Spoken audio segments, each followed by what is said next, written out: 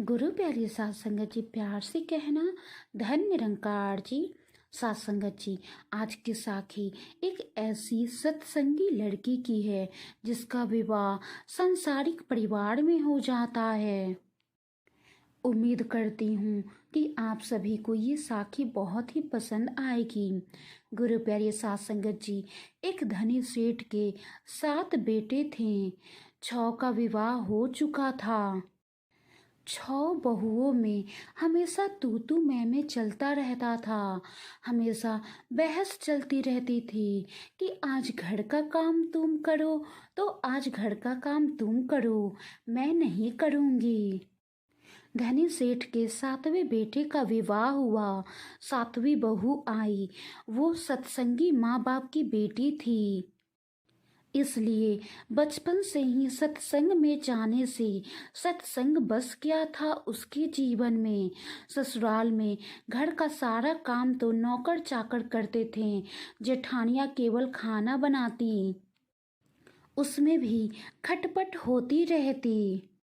अब छोटी सत्संगी बहू शादी करके जब घर में आई तो हमेशा सभी में खटपट होते देखती थी।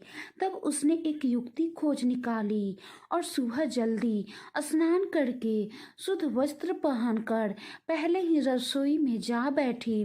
जेठानियों ने टोका, लेकिन फिर भी उसने बड़े प्रेम से रसोई बनाई और सबको प्रेम से भोजन कराया। सभी भोजन करके बड़े तृप्त और प्रसन्न हुए। सात संगत जी, एक दिन छोटी बहू की सास उससे बोली, बहू तू सबसे छोटी है, तू रसोई क्यों बनाती है? तेरी 6 जेठानियां हैं, लेकिन वो कुछ नहीं करती, हमेशा आराम फरमाती रहती हैं और तू कुछ बोलती नहीं, सारा काम खुद ही करती है। छोटी बहू ने कहा, माँ जी, कोई भूखा अतिथि घर आ जाए तो उसको आप भोजन क्यों कराते हो? सास बोली, बहू, शास्त्रों में लिखा है कि अतिथि भगवान का स्वरूप होता है, भोजन पाकर वो तृप्त होता है तो भोजन कराने वाले को बहुत ही पुण्य मिलता है।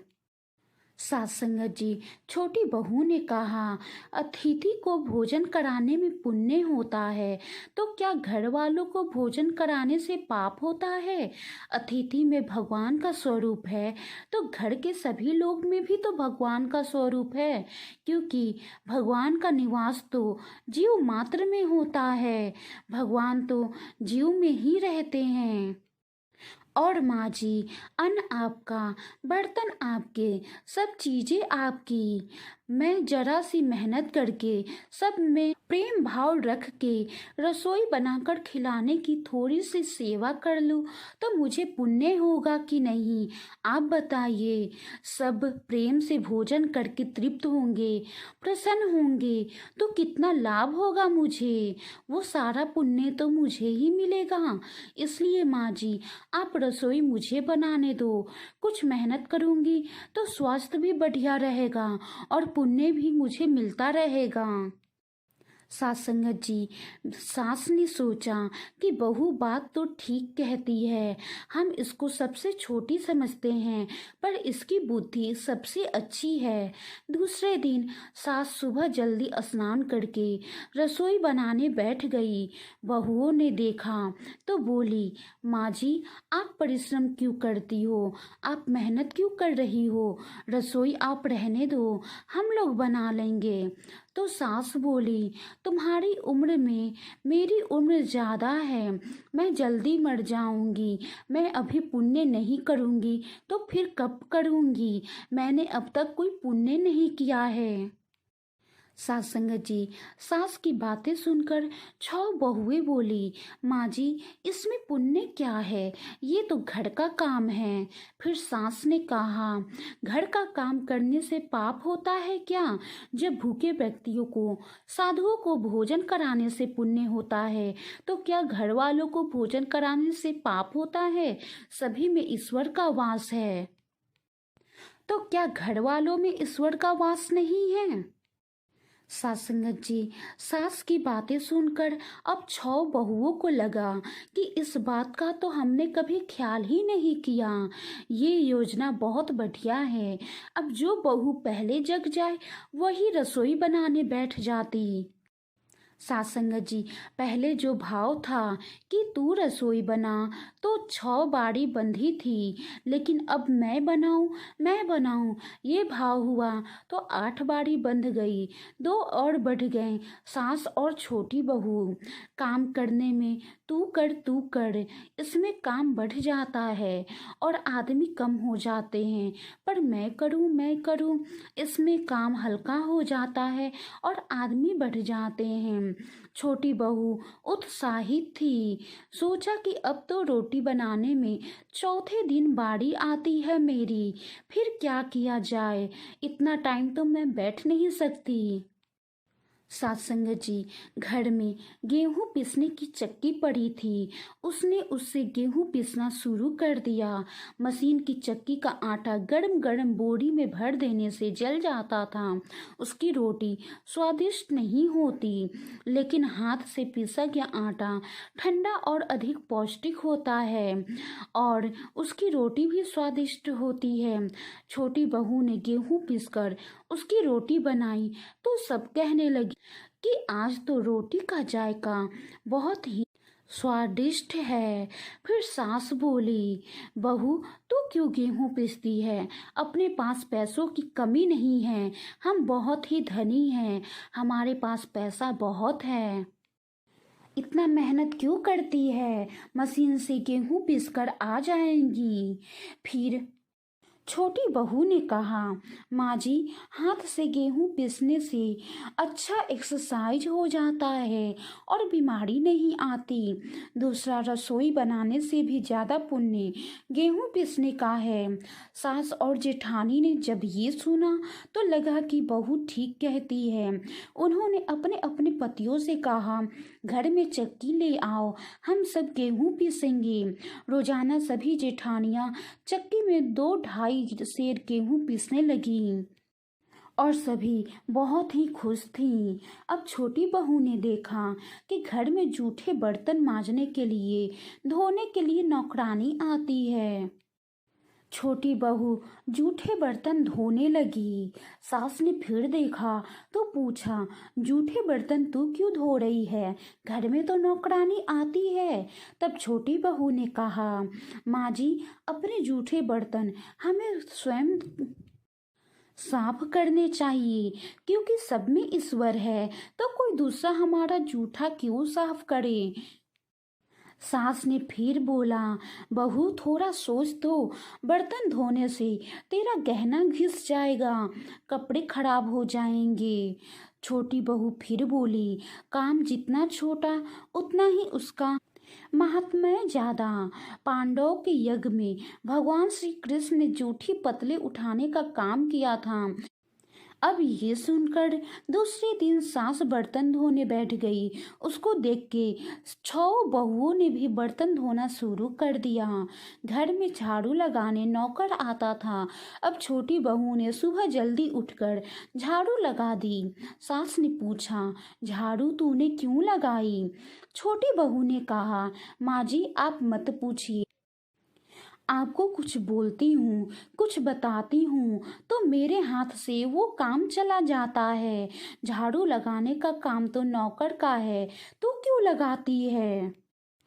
छोटी बहू ने फिर कहा, माँ जी, रामायण में आता है कि वन में बड़े बड़े ऋषि मुनि रहते थे, लेकिन भगवान उनकी कुटिया में ना जाकर पहले सबरी की कुटिया में गए, क्योंकि सबरी रोज चुपके से झाड़ू लगाती थी, सरोवर का रास्ता साफ करती थी कि कहीं आते जाते ऋषि मुनियों के पैरों में कंकड़ न चुभ जाएं।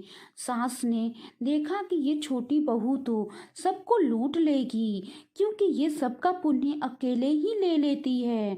अब सास और सब बहुएं ने मिलकर झाड़ू लगाना शुरू कर दिया। सासंगत जी, जिस घर में आपस में प्रेम होता है वहाँ लक्ष्मी बढ़ती है, और जहाँ कलह होता है वहाँ निर्धनता आती है। अब सत्संगी छोटी बहू के घर में आने से सभी में आपस में प्रेम बढ़ने लगा और सेठ का तो धन दिनों दिन बढ़ने लगा। उसने घर की सब स्त्रियों के लिए गहने और कपड़े बनवा दिए। अब छोटी बहू ससुर से मिले गहने लेकर बड़ी जेठानी के पास गई और बोली, आपके बच्चे हैं, उनका विवाह करोगी तो गहने बनवाने पड़ेंगे। मेरा तो अभी कोई बच्चा है नहीं, इसलिए इन गहनों को आप रख लीजिए। गहने जेठानी को देकर छोटी बहू ने कुछ पैसे और कपड़े नौकरों में बांट दिए। सास ने देखा तो बोली, बहू ये तुम क्या करती हो? तेरे ससुर ने सबको गहने बनवा कर दिए हैं और तूने वो जेठानी को दे दिए और पैसे कपड़े नौकरों में बांट दिए। छोटी बहू कहने लगी, माँ जी मैं अकेले इतना धन संग्रह करके क्या करूँगी? अपनी वस्तु किसी जरूरतमंद के काम आए तो आत्मिक संतोष मिलता है और दान करने का तो अमित पुण्य होता है। सास को बहू की बात अच्छी लगी। वो सेठ के पास जाकर बोली, मैं नौकरों में धोती साड़ी बांटूंगी और आपस में जो गरीब परिवार रहते हैं उनके बच्चों के स्कूल की फीस मैं खुद भरूंगी। अपने पास कितना धन है, किसी के काम आए तो अच्छा है। ना जाने कब मौत आ जाए और सब यही पड़ा रह जाए। जितना अपने हाथ से पुण्य कर्म हो जाए अच्छा है। सेठानी की इन बातों को सुनकर बहुत ही खुश हुआ। सेठ पहले नौकरों को कुछ देता था या भूखों को खिलाता था या किसी को कुछ दान दे देता था तो सेठानी बहुत ही गुस्सा हो जाती। लेकिन अब छोटी बहू के आने के बाद उसके सीखे हुए सत्संग की सीखों के कारण सास खुद बोलती है कि मैं दान दूंगी, मैं गरीबों की मदद करूंगी। नौकर भी बहुत ही खुश होके मन लगा के काम करने लगे और आस पड़ोस में भी खुशहाली छा गई। गुरु प्यारी सात संगत जी, श्रेष्ठ मनुष्य जो जो आचरण करता है दूसरे मनुष्य वैसा वैसा ही करते हैं। वो जो कुछ प्रमाण कर देता है दूसरे मनुष्य उसी के अनुसार आचरण करते हैं। छोटी बहू ने जो आचरण किया उससे उसके घर का तो सुधार हुआ ही, साथ में पड़ोस पर भी अच्छा असर पड़ा। उनके घर में भी सुधार हुए। देने के भाव से आपस में प्रेम भाईचारा बढ़ गया। इस तरह बहू को सत्संग से मिली सूझबूझ ने उसके घर के साथ अनेकों घर को खुशहाल कर दिया, अनेकों घर को स्वर्ग सा बना दिया। सासंगत जी, सत्संग से दिए हुए सीख से, सत्संग के सूझबूझ से हम कोई भी परेशानियों का हल कर सकते हैं। चाहे हमारी शादी सांसारिक परिवार में क्यों ना हो, लेकिन हमें अपने सत्संग से दिए गए सीख को कभी भूलना नहीं चाहिए। गुरु प्यारे सात संगत जी, वाणी में कोई त्रुटि हो तो बख्श लेना जी। प्यार से कहना, धन निरंकार जी।